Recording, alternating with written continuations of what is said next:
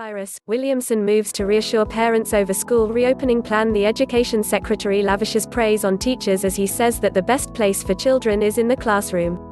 Education Secretary Gavin Williamson has sought to reassure parents and teachers worried about government plans to get some children back to school on the 1st of June.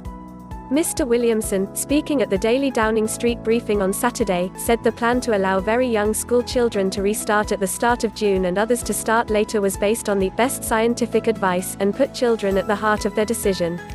It comes after teaching unions said they were willing to work with the government to begin to reopen schools in England, provided it could be done safely without the risk coronavirus could flare up again. On Friday, after a meeting with the government's scientific advisors, union representatives said they had been left with more questions than answers, with one union leader describing the scientific evidence as flimsy at best. They were backed by the Doctors' Union, the British Medical Association, which said schools should not reopen until the numbers of coronavirus cases were much lower. Scotland, Wales and Northern Ireland are also yet to set a timetable for a return to school. The Education Secretary said at the briefing, "I know lots of you will be worried about sending your children to school. Every one of us wants the very best for our children, and I know how stressful this time has been for families across the country. I want to reassure you that this approach is based on the best scientific advice, with children at the very heart of everything we do."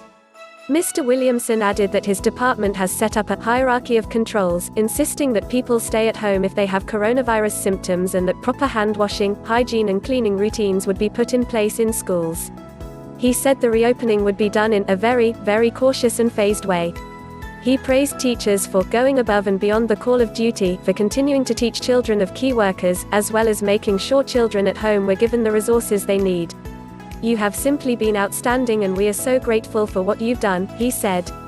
"We have been quite clear all along that we'd only start inviting more children when our 5 key tests have been met.